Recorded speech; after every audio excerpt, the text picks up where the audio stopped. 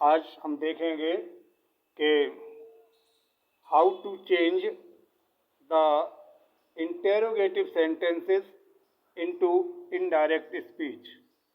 यानी interrogative sentences को indirect speech में बदलना।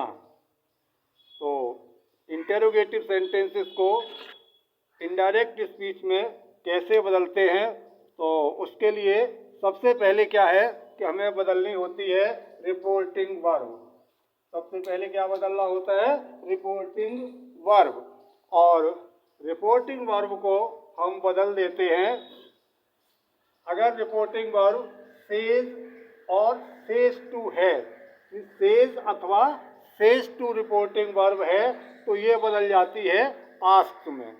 सेज और says to change into ask. और वही से और से टू अगर है, यानी से अथवा से टू है, तो ये बदल जाती है आस्क में। एंड सेड और said to change into ask. ठीक है, तो यहाँ रिपोर्टिंग वर्ब जो है वो हर हालत में बदली जाएगी। असर्टिव सेंटेंस की तरह नहीं है कि ऑब्जेक्ट दिया है तो बदली जाएगी और ऑब्जेक्ट नहीं दिया है तो नहीं बदली जाएगी, ऐसा यहाँ नहीं है। यहाँ रिपोर्टिंग वर्ब बदलनी ही बदलनी है। कैसे? सेज और says to change into ask, say और say to change into ask, and said और said to change into ask. Okay, उसके बाद बारी आती है कॉमा और इन्वर्टेड कॉमा के स्थान पर कंजंक्शन के यूज करने की। तो जहाँ तक इंटेरोगेटिव सेंटेंसेस में यूज ऑफ कंजंक्शंस की बात है, तो वो ये है कि if the reported speech is begins with question word, there will be no use of any conjunction, यानी नो कंजंक्शन इज यूज्ड। यदि रिपोर्टेड स्पीच का वाक्य क्वेश्चन वर्ड से शुरू होता है, यानी प्रश्न सूचक शब्द से शुरू होता है, तो किसी कंजंक्शन का प्रयोग नहीं करते। वो क्वेश्चन वर्ड कौन से हैं? यानी जिन्हें हम WH वर्ड कह सकते हैं, यानी W और H से शुरू होने वाले वर्ड्स जो है वो क्या होते हैं? क्वेश्चन वर्ड्स होते हैं। जैसे why, what, when, where, who, etcetera. अगर इनमें से किसी शब्द से हमारा रिपोर्टेड स्पीच का वाक्य शुरू होता है, तो फिर क्या होगा? नो कंजंक्शन इज यूज्ड, किसी कंजंक्शन का प्रयोग नहीं होगा। और जब कंजंक्शन का प्रयोग नहीं होगा तो फिर हम क्या करते हैं? वो जिस क्वेश्चन वर्ड से रिपोर्टेड स्पीच का सेंटेंस शुरू हुआ है, उसी क्वेश्चन वर्ड से वाक्य को जोड़ देते हैं। जो भी क्वेश्चन वर्ड रिपोर्टेड स्पीच में दिया है, उसी क्वेश्चन वर्ड से वाक्य को जोड़ देते हैं और क्या करते हैं? उस इंटेरोगेटिव सेंटेंस को असर्टिव सेंटेंस बना देते हैं, यानी साधारण वाक्य बना देते हैं। यानी प्रश्न सूचक वाक्य को जो है हम साधारण वाक्य में बदल देते हैं। अब इंटेरोगेटिव सेंटेंस को असर्टिव सेंटेंस में बदलने के लिए क्या करना होता है? तो उसमें कुछ खास नहीं करना होता है, केवल छोटी सी बात है जो ध्यान देने योग्य है। इंटेरोगेटिव सेंटेंसेस में क्या होता है कि हेल्पिंग वर्ब जो है वो सब्जेक्ट से पहले दिया होता है। इंटेरोगेटिव सेंटेंसेस में हेल्पिंग वर्ब जो है वो सब्जेक्ट से पहले दिया होता है, और असर्टिव सेंटेंसेस में क्या होता है? हेल्पिंग वर्ब सब्जेक्ट के बाद आता है। तो जो इंटेरोगेटिव सेंटेंस में हेल्पिंग वर्ब दिया हुआ है, उस हेल्पिंग वर्ब को नियमानुसार बदलकर हम कहाँ रख देंगे? सब्जेक्ट के बाद। और इस प्रकार हमारा वाक्य जो है वो इंटेरोगेटिव से असर्टिव बन जाएगा, और रिपोर्टेड स्पीच का जो टेंस है वो रिपोर्टेड स्पीच जो है वो इनडायरेक्ट स्पीच में बदल जाएगा, टेंस को बदलते हुए। जैसे for example, the teacher said to the students, the teacher said to the students, why have you not complete your work, question mark inverted comma close.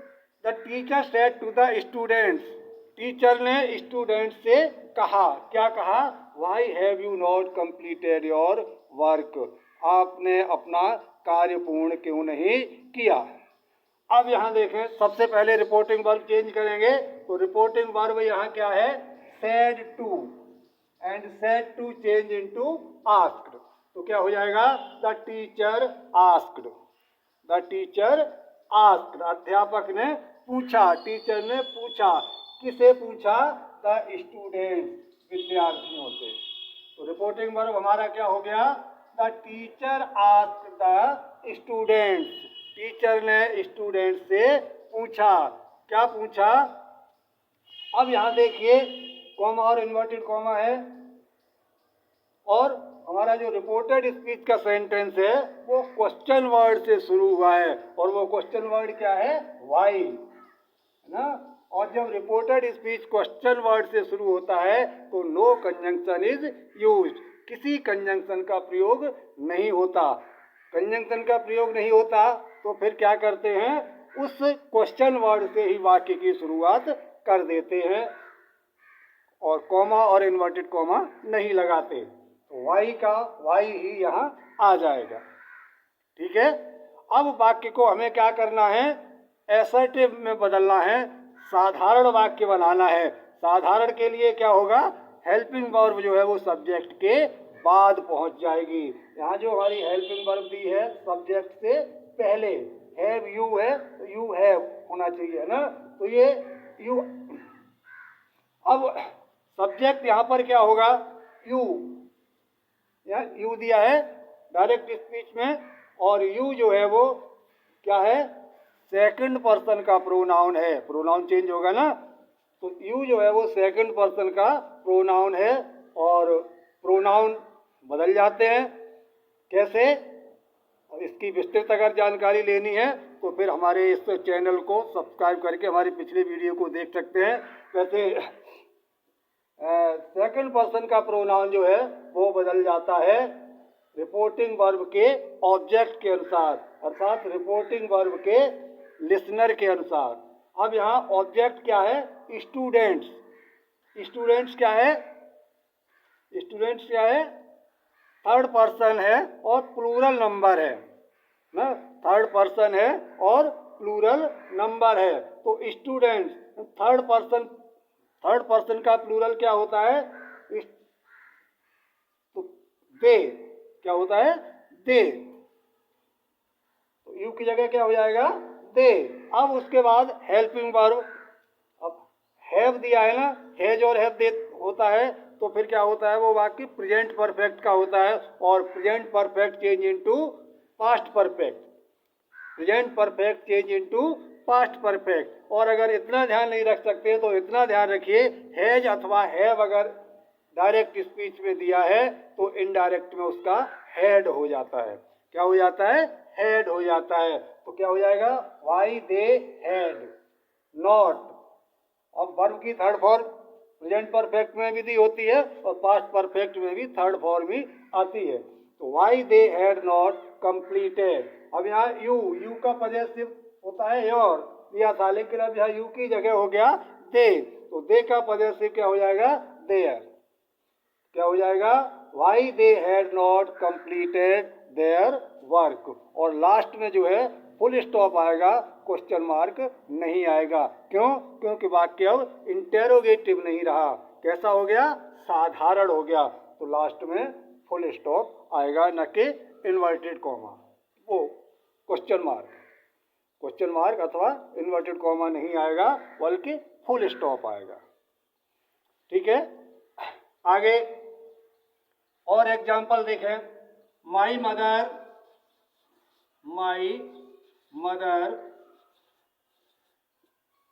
says to me, comma, inverted comma,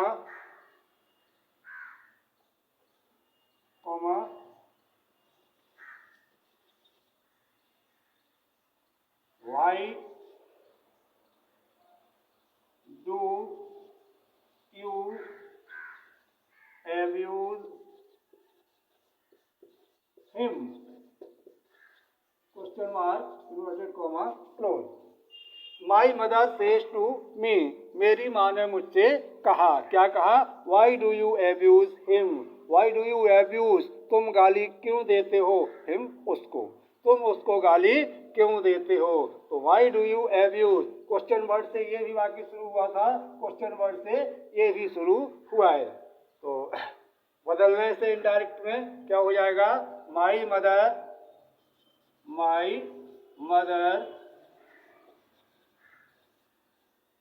says to बदल जाएगा किसमें?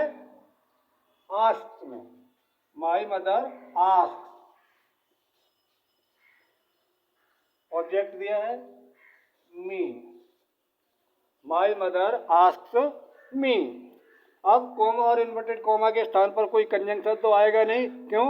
क्योंकि वाक्य जो है वो question word से शुरू हुआ है। तो फिर हम क्या करेंगे? यहाँ वाई से ही वाक्य को शुरू कर देंगे, वाई। अब डू यू एब्यूज हिम, अब यहाँ चीज देखने वाली बात यह है कि रिपोर्टिंग वर्ब जो हमारा है वो प्रेजेंट टेंस में दिया है। रिपोर्टिंग वर्ब किस में दिया है? प्रेजेंट टेंस में। और जब रिपोर्टिंग वर्ब प्रेजेंट अथवा फ्यूचर टेंस में होती है तब क्या होता है? रिपोर्टेड स्पीच का टेंस नहीं बदलता। तो यहाँ रिपोर्टेड स्पीच का टेंस नहीं बदलेगा, रिपोर्टिंग वर्ब बदल देंगे हैं, और प्रोनाउन बदल देंगे आवश्यकता अनुसार। तो my mother asked me why, अब यू सेकंड पर्सन का प्रोनाउन है, बदल जाएगा मी के अनुसार आई, वाई आई, ठीक है। एब्यूज, वाई आई एब्यूज हिम, ठीक है।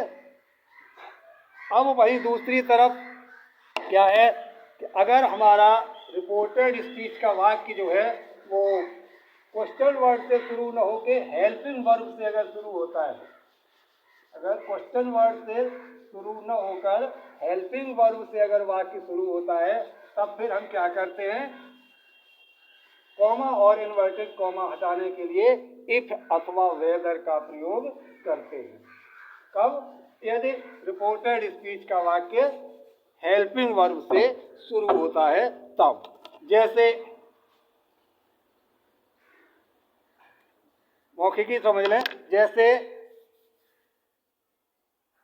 माई mother said to me have you eaten the food, my mother said to me have you eaten the food. अब have you eaten the food, have क्या है? हेल्पिंग वर्ब है, helping verb से वाक्य शुरू हुआ है। और जब रिपोर्टेड स्पीच का वाक्य हेल्पिंग वर्ब से शुरू होता है तो कॉमा और इन्वर्टेड कॉमा हटाने के लिए इफ या वेदर का प्रयोग करते हैं। किसका प्रयोग करते हैं? इफ अथवा वेदर का। शेष सारे नियम वही है, रिपोर्टिंग वर्ब इसी तरह से बदली जाएगी, ठीक है। केवल क्या करना है? कॉमा और इन्वर्टेड कॉमा के स्थान पर हमें इफ अथवा वेदर में से कोई एक यूज करना है, और इफ या वेदर का यूज करते हुए वाक्य को साधारण बना देते हैं। वही हेल्पिंग वर्ब को बदलकर सब्जेक्ट के बाद कर देते हैं, है ना। जैसे माई मदर सेड टू, वो क्या बोला था? My mother said to me have you eaten the food. तो क्या हो जाएगा? माई मदर और सेड टू बदल जाएगा किसमें? आस्क्ड में। माई मदर आस्क्ड मी, क्या हो जाएगा? माई मदर आस्क्ड मी।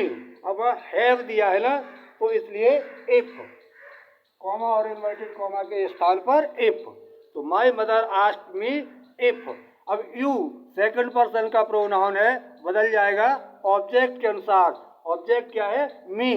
तो मी जो है वो मी का सब्जेक्टिव केस है आई, तो क्या हो जाएगा? वाई आई, ठीक है। वो if I, if I, have की जगह क्या हो जाएगा? हैड।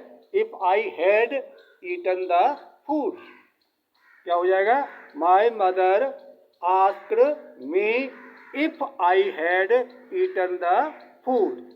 क्या हो गया? ये इनडायरेक्ट स्पीच, किसका? My mother said to me have you eaten the food, इसका। ठीक है, तो इस प्रकार से जो है हमारे जो इंटेरोगेटिव सेंटेंसेस हैं वो इनडायरेक्ट स्पीच में बदल जाते हैं। और मुख्य रूप से 2-3 बातें ध्यान रखने की हैं जिन्हें फिर दोहराना चाहूँगा कि रिपोर्टिंग वर्ब सेज और सेज टू बदल जाता है आस्क में, से और से टू बदलता है आस्क में, सेड और सेड टू बदल जाता है आस्क में। ठीक है, और अगर रिपोर्टेड स्पीच का वाक्य क्वेश्चन वर्ड से शुरू होता है तो किसी कंजंक्शन का प्रयोग नहीं करते, उस क्वेश्चन वर्ड से ही वाक्य को जोड़कर क्या करते हैं, एसर्टिव बना देते हैं और नियमानुसार टेंस बदल देते हैं और अंत में जो है फुल स्टॉप का प्रयोग करते हैं। ठीक है, और वही दूसरी तरफ यदि रिपोर्टेड स्पीच का वाक्य हेल्पिंग वर्ब से शुरू होता है, सहायक क्रिया से शुरू होता है, तो कॉमा और इन्वर्टेड कॉमा को हटाकर इफ या वेदर का प्रयोग करते हुए क्या करते हैं, वाक्य को साधारण बना देते हैं और नियमानुसार टेंस बदल देते हैं, नियमानुसार प्रोनाउन भी बदल देते हैं और अंत में जो है वो फुल स्टॉप का प्रयोग करते हैं। ठीक है, रिपोर्टिंग वर्ब उसकी भी इसी तरीके से बदलती है। तो आज के लिए इतना ही, बस, धन्यवाद।